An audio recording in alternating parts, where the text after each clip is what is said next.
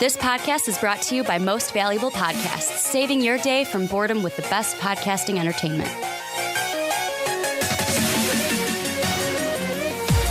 Welcome, ladies and gentlemen, boys and girls, children of all ages. These are the MMA Minutes. I am your host, Sean Anderson. Alongside me, as always, is my co-host, Danny Gutierrez. How are you, Sean? I'm fantastic. Super tired on this Friday, but one positive. First week of school. You gotta get through that first week of school. First week back of school, and the one thing that is a little bit, kind of rough getting back, but a positive is that the fight we're going to be talking about, the fights we're talking about, are going to be on a Sunday. So we're not doing these the day of the weigh-ins. We have time to kind of think about it and stuff. So we're going to be talking about UFC Fight Night Phoenix, Rodriguez versus Penn. That one's going to be a fun one. We're also going to do MMA awards for 2016, kind of recapping it. Knockoff MMA awards, but it's for you guys, it's for the fans. And ours are more important. And then we're also going to be talking about another kind of awards ceremony, and Meryl Streep, who called out MMA. Yeah. So we'll talk about that to end the show. But not so art. Yes. If you will. Even though art's in the name, it's not an art. Right. Because Meryl Streep said so. But anyways, let's get into our MMA awards for 2016. We're going to do Fighter of the Year. We're going to do Male Fighter of the Year, Female Fighter of the Year, Fight of the Year, and then most surprising thing of 2016. So, Danny, why don't you kick it off? We'll do Male Fighter of the Year. Who is your male fighter of 2016? Well, my male fighter of the year for 2016 is Michael Bisping, because he won the title when his back was against the wall and nobody expected him to win. He won by first-round knockout, and that was incredible. And then he comes back and defends his title against Dan Henderson, someone who's knocked him out cold. You guys remember that UFC 100 when he got that H-bomb to the face and then he got knocked out on national television. That's what Dan Henderson's banner is him over Michael Bisping, punching him in the face. You guys see this. It's there. So I picked my breakthrough fighter of the year as Michael Bisping. You even forgot something, too. He beat arguably one of the greatest fighters of all time. Anderson Silva. To start this year, too. So Anderson Silva, he won the title against Luke Rockhold and then defended his title against Dan Henderson. I don't know about the Henderson one, too. And he was hurt in that fight, too. Yeah, I mean, that fight wasn't that great. I mean, it was a great fight. It was a great fight overall. But, I mean, Bisping should have destroyed Henderson. I mean, I know Henderson's one of the greatest of all time, and plus, the fact that he did it in so many different weight classes. But still, I mean, Henderson was 45 years old. He should have smoked him. But I understand. It's that H-bomb, though. I understand. You cannot deny that great equalizer. That overhand right, it's just monstrous. It's devastating. Until you get hit by that and put to sleep by that, you won't know what that's like. That's some devastating stuff right there. I understand what you're saying. I understand the argument for Bisping. I understand the argument for guys like Cody Garbrandt and Stipe Miocic. Cody Garbrandt would have been my second, actually, but Michael Bisping is my first. Cody Garbrandt by a close second. There is one answer, and there is one fighter of the year. And, for fighter of the year, it's just the most important fighter. And it doesn't mean they have to, be 3-0 or 4-0 and won all their fights. It just means who was the fighter of the year. And the guy that we talked about for 2016 the whole way through was Conor McGregor. I knew you were going to say Conor McGregor. 2-1, I get it. He lost against Nate, but he also became the first ever person. Third person to ever hold two belts in the weight class, but first time to ever do it at the same time. One of those three is fighting Saturday or Sunday night, excuse me. We'll get to it, but yeah, Conor McGregor, the first person to ever hold two belts at the same time, both the featherweight and lightweight, and plus he set pretty much every single pay-per-view record. Yes, he did. He set the him and Nate Diaz to set the highest pay-per-view buys for UFC 202. 196 was also up there for second most all time.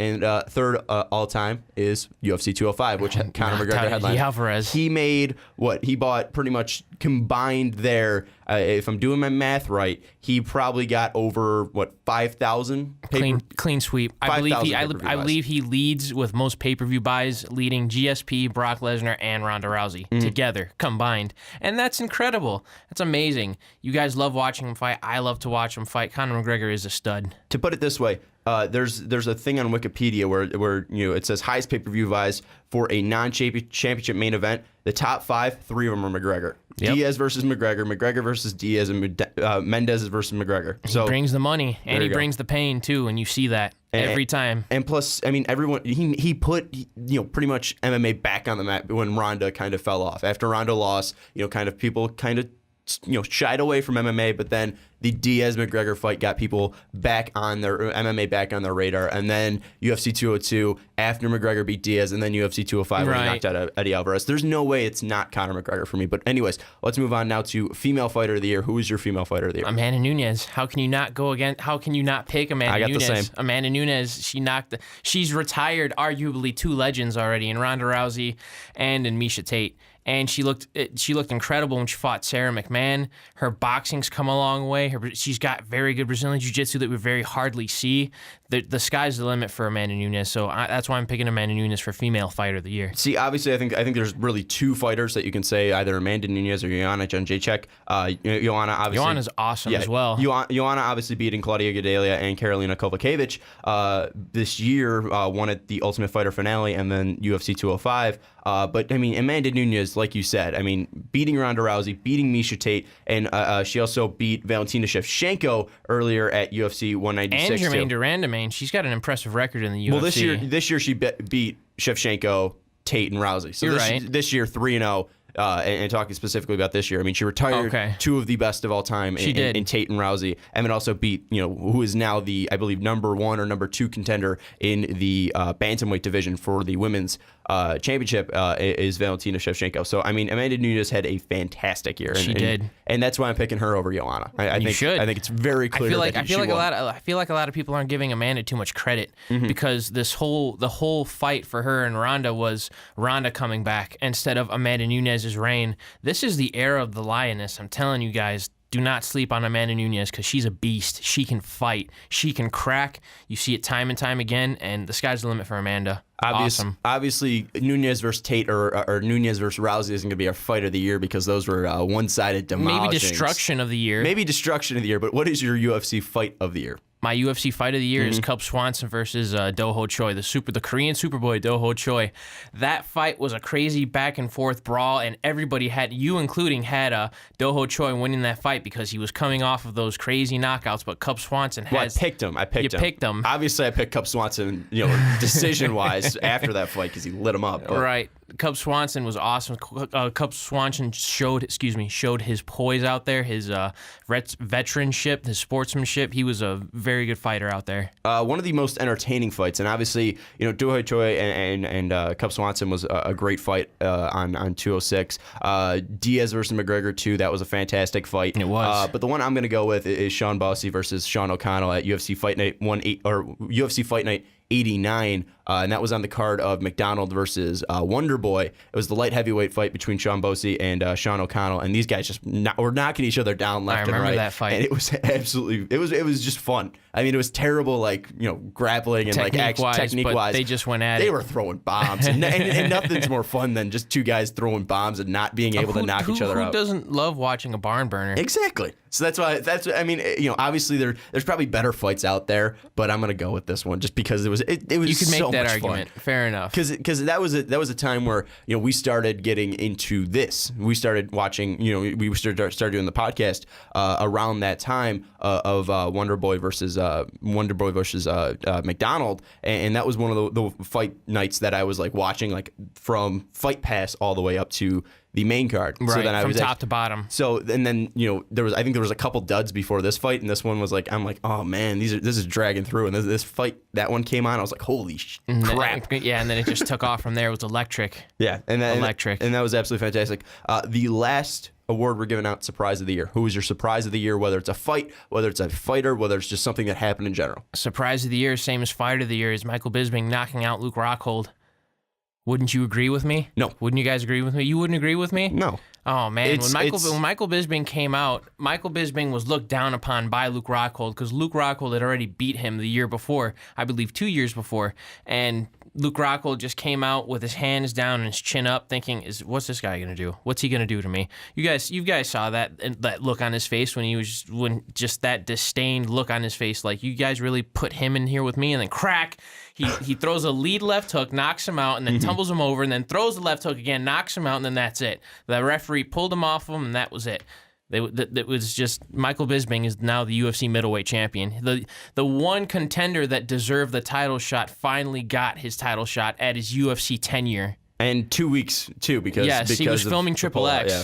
That's crazy. See, I think it was. I mean, I understand what you're saying, but I think the surprise performance of the year was Cody Garbrandt just dominating Dominic Cruz, because I was talking a ton of crap about Cody Garbrandt going into that fight, and then I have to watch that fight. Nobody really gave Cody, myself included, a chance, but now you got to. I was completely wrong, and Cody was absolutely fantastic. And watching that fight, my heart was sinking as a Dominic Cruz fan. I was like, oh no, I was too. and it wasn't even like after the first round, my heart. It was like the first 2 minutes, and I was like, oh, this is bad. This is bad. What is going to happen? You could really see the fire in Cody Garbrandt. He really wanted that fight. And obviously didn't stop, too. Another fighter of the year that's kind of surprising was Francis Ngannou. This guy's a beast at light heavyweight. He's a monster. Or heavyweight, I'm sorry. At heavyweight, he's a monster. I was about to say heavyweight. He's bigger than light heavyweight. His legs probably weigh 205. He looks like the Predator. He looks monstrous. When he had his dreads, he looks utterly...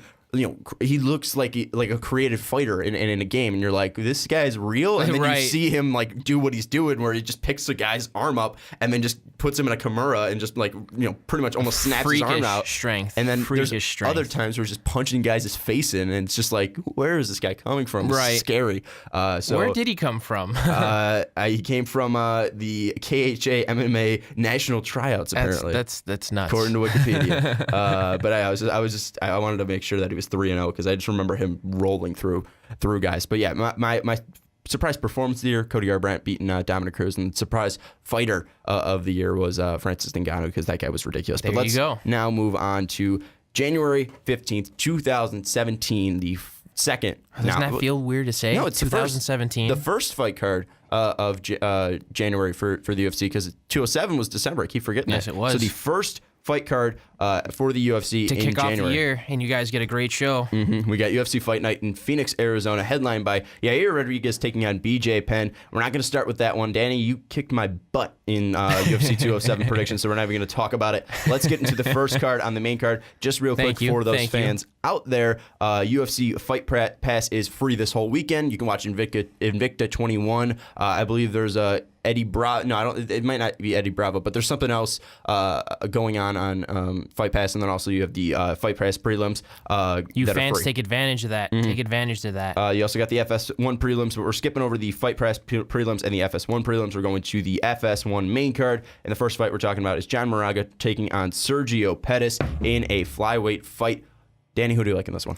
I really like both guys. Sergio Pettis is, of course, the little brother of Anthony Showtime Pettis, the former UFC lightweight champion. He has to come out of his brother's shadow. He really has to open up here. He's usually known as more of a tentative fighter. He's going back down to flyweight, and that's interesting because you see a lot of guys go back up in weight. And you see when a lot of guys like to switch up weights, especially they move up because of the new weigh-in regulations. Sergio Pettis is moving down. One, I hope he makes the weight comfortably. Two, I hope he comes out throwing bombs, because John Moraga is no joke. John Moraga is a veteran. John Moraga's fought for the title. John Moraga can scrap. John Moraga is a true veteran. So this is a very tough fight to pick, but I'm going to give it to John Moraga just because of his experience. Yeah, that's one thing. Moraga coming off a 2-fight losing streak, and Sergio Pettis currently on a 2-fight win streak. But the one thing about Pettis is I don't want to be mean, but he's kind of a boring fighter. I mean, there's obviously he has good striking. He trains with Duke Rufus. He's got very good taekwondo kicks. He likes to switch stances. He's very fast, but at the same time, he's young. But really, he's very tentative. He's very nervous out there. But really, I mean, since 2005 and 2016, he's really been a boring fighter. I mean, since 185, I mean, really his last 3 fights have been pretty. That's what I'm saying. He really has to open up in this fight. And that's one thing is Moraga has been a guy who can really stand and trade, and I think that his veteran kind of presence and plus the fact that he is on a 2-fight losing streak, I think that he's going to be not only desperate, but he's going to be motivated to get a win. So that's why I'm picking Moraga here, because I think Sergio Pettis, I mean, he's young. Again, like you keep saying, he's young, but I think he's just not there yet, where Moraga's been there, and I think that kind of grit that he does have will get him the win. Let's now move on, though. We have a welterweight fight. Court McGee is taking on Ben Saunders. Ben Saunders is back. Killer B is back in the UFC. Who do you like in this one? I really like Ben Saunders. Him coming back, I know he's extremely motivated. Court McGee is known for that cardio, that chin, but he got cracked in his last fight against Ponzinibbio, and that was coming off of a very long layoff. I very much like Ben Saunders in this fight. He can fight at close range with his elbows in the clinch. He's got very good Brazilian Jiu-Jitsu. He can fight off of his back. He's got pretty good wrestling himself, and he's very long. He could fight you at long range and close range. He's just a more complete fighter than Court McGee. Court McGee's a very good fighter himself. He's the Ultimate Fighter winner at middleweight, being coached by Chuck Liddell, but he's been cracked before, and how far is that cardio going to take him? How far has he evolved his striking? How far has he come along with his wrestling? How far is he coming along with his Brazilian Jiu-Jitsu defense? Court McGee's a great fighter, but I think Ben Saunders is just a notch above Court McGee, so I'm picking Ben Saunders. And one thing too, I mean, since Ben Saunders hasn't been in the UFC since I think last January of 2016, that was his last fight in the UFC. He's still been fighting though. He just recently he's been active, right? He's recently had a fight, so it's Whereas not really going to be. Court McGee is not. Well, his last fight was August. So Ben Saunders recently just fought in September. Court McGee's recently just fought in August, and I was just trying to make the argument that I don't think there's going to be really ring rust in either of these guys. No. I think they're pretty much level there. So looking at this, I mean, Court McGee coming off a win in his last UFC fight, Ben Saunders coming off a loss in his last fight to a UFC fight to Patrick Cote.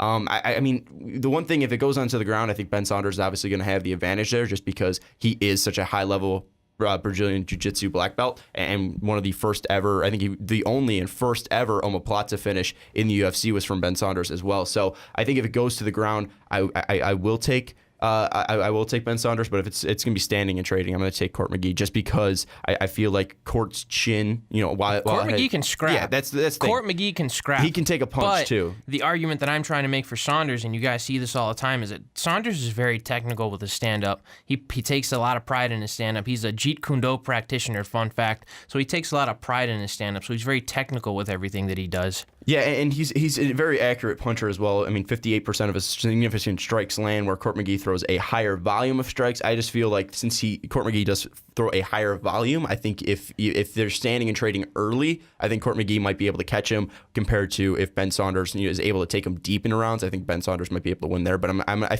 have a feeling Court McGee is going to get the win here, so I'm picking Court McGee. But let's move on now to the co-main event. We got the lightweight fight between Joe Lauzon, the UFC vet, taking on Marcin Held in his second fight in the UFC after coming over from Bellator. Who do you like in this one, Danny? I really like both guys, again, because it's Brazilian Jiu-Jitsu versus Brazilian Jiu-Jitsu. This is a tough one to pick. Yeah, this is. These guys are two high-level Brazilian Jiu-Jitsu black belts. Marcin Held is a leg lock specialist, but he loves to go out there and roll around, and you saw that in his last fight with Diego Sanchez. Even though he lost, he was willingly going to the ground. Even though Diego was raining down that ground pound, Marcin Held willingly went to the ground. Joe Lauzon is not going to do that. Joe Lauzon, on top of having good Brazilian Jiu-Jitsu, he's got very powerful wrestling, he's very strong in the clinch, and he's got good boxing as well.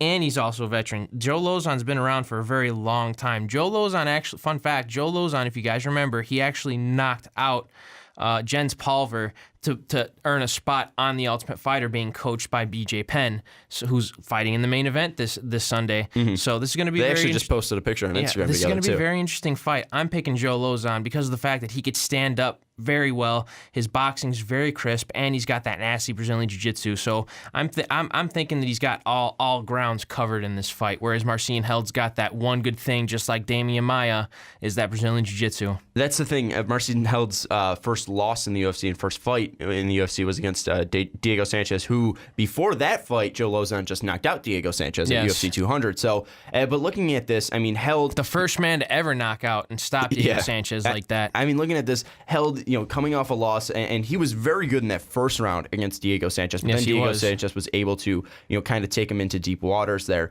So I think that just because, we have the veteran mindset of Joe Lauzon, I think that he will be able to take it into deep rounds and get the win here. Compared to where Court McGee, I just feel like Court McGee might be able to catch him. I feel like Joe Lauzon will try to just take him deep and not try to risk anything and just make sure he gets him Marcin Held to the second and third round where he thinks he can do the most damage. So I think Lauzon's going to take it deep. I think Lauzon's going to get this one by decision. But let's now move on to the main event. And before we get into the predictions here, we got Yair Rodriguez taking on BJ Penn. BJ Penn making his return. Last fight was against in the UFC. Last fight in the UFC was against Frankie Edgar, and that was a very weird fight where BJ was awkward fighting on his tippy toes, looking like a boxer from. His legs were close together, and he had the fighting Irish thing going on there, where his hands were positioned up and kind of. He was buckled. looking like an old English boxer. It looked odd, and it was interesting because Frankie Edgar has such good wrestling, but I don't know why BJ fought like that. But the thing I want to ask you, and on the MMA Beat with Ariel Helwani, Jeff Wagenheim, and Chuck Mendenhall on MMAfighting.com, they were discussing really who would it be beneficial for to get a win for at least the UFC side. Either Yair Rodriguez, kind of the up-and-coming prospect who has flashy knockouts, or the legend in BJ Penn who has sold pay-per-views before and kind of in a place where Ronda is kind of questioning, if she'll ever come back. And Conor's going to be out probably until like August with the way that he's kind of speaking about, wanting to stay out for his wife because not wife yet, but his partner who's currently pregnant, so she doesn't have to worry about him fighting and possibly getting hurt, and he could be with his child. They kind of need stars. So if BJ gets a win here, that might be able to help them push pay-per-views later on. So really, who do you think it's more beneficial for the UFC to get a win here? BJ Penn possibly getting back on track, beating an up-and-coming guy like Yair Rodriguez, or Yair Rodriguez getting the win over the legend BJ Penn? Yair Rodriguez is young and up-and-coming, and he's very talented, but BJ Penn has been there, done that before, and he's no stranger to selling fights. He's the prodigy. He picks fights with everybody. He fought Lyoto Machida at heavyweight in K1 over in Japan. He was campaigning for a fight against Vanderlei Silva when Vanderlei Silva was Pride in his prime, because they got into a scuffle. So it's funny you brought the Machida fight up, because I just watched that last night. That was a great fight. Penn was a classic fight. It was an open weight tournament, so I think it was. Penn was he weighed in at 181 or something. 191, like that. And then Machida was 221. So he had ridiculous. A 30-pound. It was huge weight difference over him. BJ hung in there. I mean, Machida won the fight, a unanimous decision, but still, I mean, BJ still hung in there. But BJ was in his face, and that's exactly what BJ wants. That's exactly what BJ wants. That's exactly what BJ's about, is getting in your face and letting you know that he's there. But who do you think really will be the most kind of... Who would be more beneficial for the UFC? I think it'd be more beneficial for Yair Rodriguez to win. 1, because he's an up-and-comer. 2, because he's young. 3, he's undefeated in the UFC. And 4, because that featherweight division is so rich with talent. The featherweight division is just a murderer's row of a division. And you see that time and time again. Every time these featherweights fight, it's something new. Every time these featherweights fight, it's something impressive. We just got Fight of the Year with 2 featherweights, Do Ho Choi and Cub Swanson. So I think it'd be more beneficial for Yair Rodriguez. Also because of the fact that the featherweight division now has crowned 2 champions, the interim champ Max Holloway and Jose Aldo. It's just such a deep division, and you see that time and time again when these featherweights compete. So that's why I'm picking Yair Rodriguez. I think it'd be more beneficial for the UFC and for Yair to win this fight. Now, to play devil's advocate, you mentioned Max Holloway. Where's Max Holloway from? Hawaii. Where's BJ Penn from? Hawaii. Could you imagine if BJ Penn wins this fight and then they have BJ Penn versus Max Holloway in Hawaii? Versus Hawaii. In Hawaii? In Hawaii. That'd be nice. That place would explode. Aloha. That place would be, those volcanoes on the Hawaiian Islands would just implode. With excitement. Could you imagine BJ Penn knocking, and I'm taking this directly from the MMA beat because it got me pumped up, and that's why I wanted to bring it up. I believe it was Ariel Helwani who said, could you imagine? Of course it was Ariel. But could you imagine BJ going in there and just lighting up Yair Rodriguez and then just licking the gloves after he wins and Vintage going crazy, BJ Penn style, slapping himself in the face and just saying, I'm back and I'm coming for Max Holloway. The 3rd title. Could you imagine? And the third title. I could imagine. And the 3rd title. And then Jeff Wagenheim was like, I'm now pumped. And I was pumped as well. I'm pumped too. See, Yair is so young that I would be okay with BJ winning this fight and then going up and taking on Max Holloway. And then you could, if BJ's back. And we're going to see. And if you get we're going to see. BJ's back with Jason Perillo. He's training with Greg Jackson and Mike Winklejohn. We're going to see. But then if you get motivated BJ and he beats Yair Rodriguez. BJ has no choice now because of who he's been training with now. BJ has no choice but to be motivated BJ. But what I'm saying is, motivated BJ. Down, put the pedal to the metal BJ. Possibly beating Max Holloway, and then you get Jose Aldo versus BJ Penn. I mean, come on, who doesn't want that fight? I've always wanted that fight. Exactly. As a hardcore fan, I'm sure fans out there, you guys have always wanted that fight too. Back in the WEC days, I would very much love to watch that fight. Yair's got time. I'm picking BJ Penn in this fight just because, one, you can see BJ has some sort of We didn't abs. even break down the fight. You're already picking that. You can. Your job's to break down. I'm just coming in and saying I'm picking BJ Penn.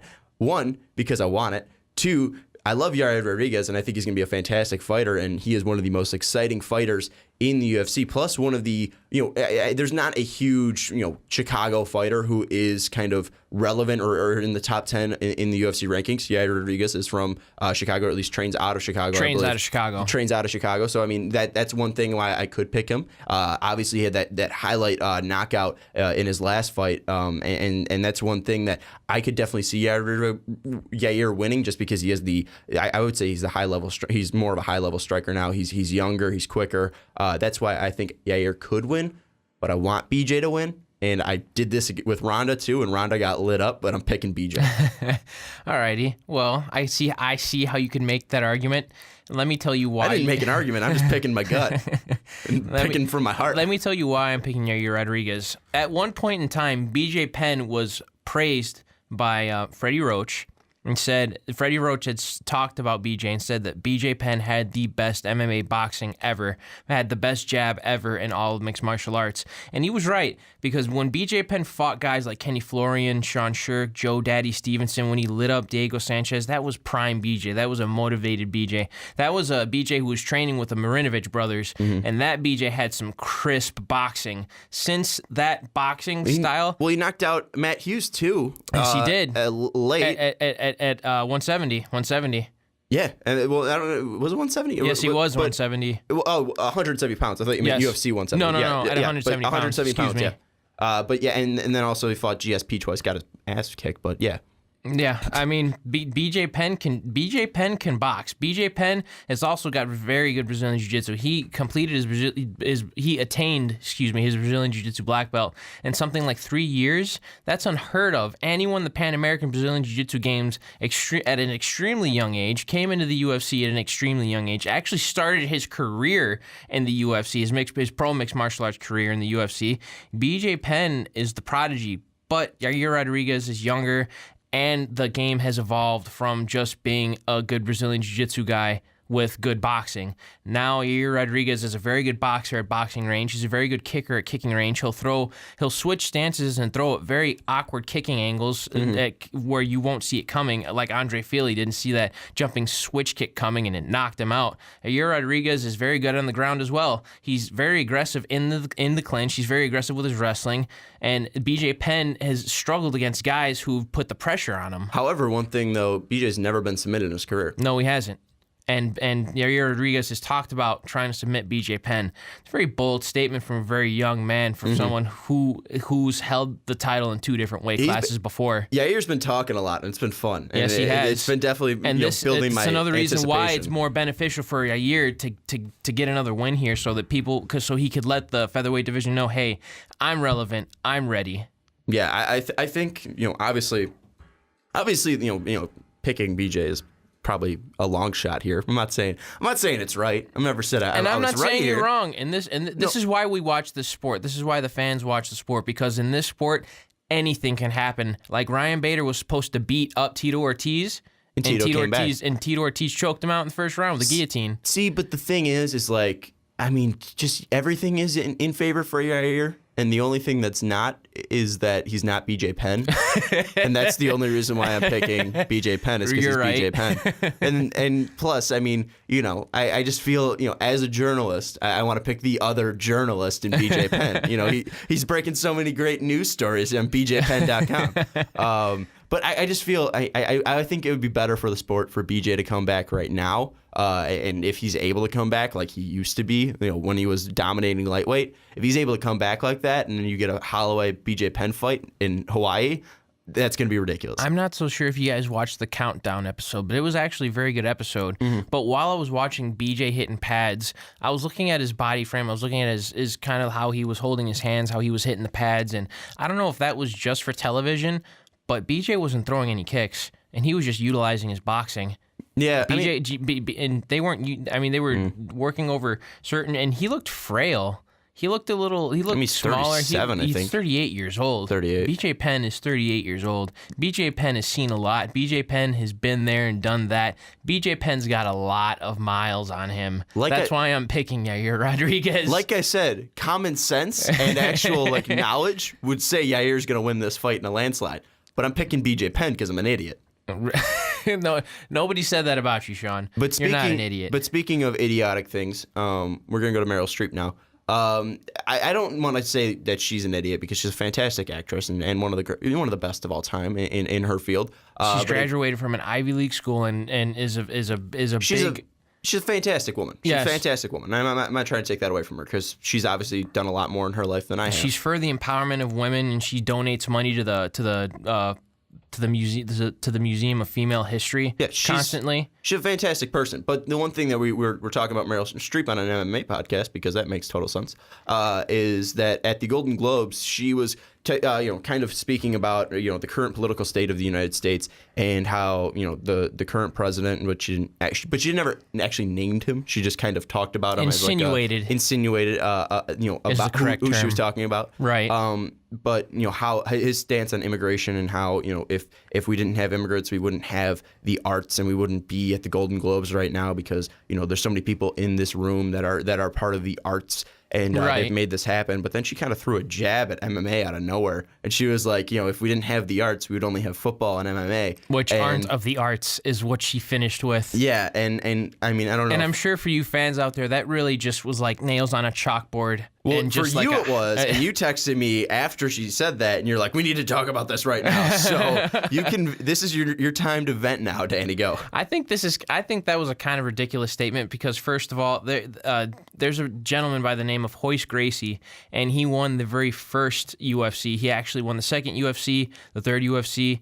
He was an immigrant. He was a Brazilian immigrant from Brazil. He beat Dan Severn. Yes. He was like 60 pounds, and Dan Severn was like 225 or something. Yes.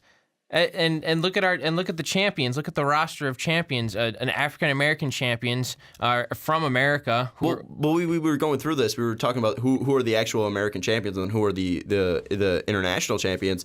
DJ's an American champion. Cody's an American champion. DC's an American champion, and Stipe's an American champion. Yes. Outside of that, and Tyrone Woodley. Outside of that, there are the United Kingdom, Brazil, Ireland. Yep. Poland for Joanna Jędrzejczyk, and then pretty much half of them. This sport is composed of immigrants, of foreigners, of people who come from many different cultures, many different arts, if you will. And also look at the greatest of all time. You have a Canadian in GSP. You have a Brazilian in Anderson Silva. You have a 6'2" stocky Russian heavyweight. I mean, you have most of these guys and most of these fighters and women are international fighters, and that's the one thing is they come from all different shapes and sizes, all different colors, all different builds, all different backgrounds, different upbringings. Yeah, and the one thing is I understand that that Meryl Streep wasn't saying like mixed martial arts has no point, and I kind of understand the point that she was making that the arts, I'm using those as in quotation, the performing arts, which is something that I would also disagree with because aren't these fighters performing for you? Are you not entertained? Isn't this what you pay to watch, a performance? Yeah, did you not see the press conference of UFC 202? That was a performance. They were chucking that's a part of the arts. See, but the thing is I understand, and I agree with you. I'm not disagreeing with you. I think that just the one thing that she was trying to say is that those are violent. Those aren't thought out. Those are kind of. They appeal to a certain audience. Is what she was trying to get at. Yes. However, people who are involved in the sport, they appeal to people who drink Budweiser. Is what she's saying. Right. Not a nice red wine. People who are fans of the sport and who watch the sport actually participate in the sport, who have gone out and looked for Brazilian Jiu-Jitsu gyms and who've gone out and joined Taekwondo or karate academies because it's their passion, because it's an art, because it's something that it's something that's beautiful, it's something that you could express yourself with. That's why I'm humbly disagreeing with the lovely Meryl Streep. #stay classy. See, I think that with Meryl Streep, I think she did a fantastic thing for MMA because she mentioned it as now people who don't know what mixed martial arts is can now turn their heads and look at girls like Amanda Nunes and look at gentlemen like DJ and DC and just look at all Conor McGregor, Jose Aldo. Look at all these champions who are performing the arts in a very beautiful way. See, I think she did a fantastic thing because you look at the sport she mentioned it with. First, she said MMA. She said mixed martial arts. She didn't say cage fighting. She didn't say the UFC. She said mixed martial arts. Her. She said the sport. She said mixed martial arts. And she also mentioned football. and mixed martial arts. Which football, is the American biggest, football. the biggest American pastime ever. The biggest, well, I don't know about that, but the most baseball too. But I mean, the most popular sport right now is the National Football League. So you're going with the most popular sport and then mixed martial arts, and you're putting those two in the same vein there. So I think that was kind of, thank you. She showed respect while making a joke. So that's while one making thing. a very bad joke, a very ill-mannered joke. Well, one that hit home to one Danny Gutierrez, but I think honestly it was a good thing for mixed martial arts because looking at what she actually did for the MMA community, she ticked off some people who are very proud of it, and she also gave national attention to it. I mean that's free promotion for the UFC. That's free promotion for Bellator. That's free promotion for Ryzen. That's right. Free promotion for one FC. God damn it! Why don't I? Why can't I say that? WSOF. WSOF too. Yeah, one FC with two. Yeah, but WSOF too. I mean, she gave free promotion. Any promotion is good, or any publicity is good publicity. So you're right. I'll give you that. I think that while there are negatives and while you can be upset about it, I think she did a good thing because people are talking about it now. So when they're coming to the mixed martial arts minutes, true. I mean, they're coming to the mixed martial arts minutes. True. At the end of the day, I guess the devil will always wear Prada. That was brutal. Anyways, that's going to wrap it up. We're going to end it on that terrible joke. Thanks, Danny. Thanks for ruining this great episode. Not a problem, Sean. Love you guys so much. Thank you guys for listening. Thank you so much for listening. And don't forget to check out all the stuff in the description, all the fun stuff in the description. We will be back. For Danny Gutierrez, I'm Sean Anderson. We will see you next time. Thank you for listening to this MVP podcast. Follow us on Twitter @MostValuablePod for more great podcasts.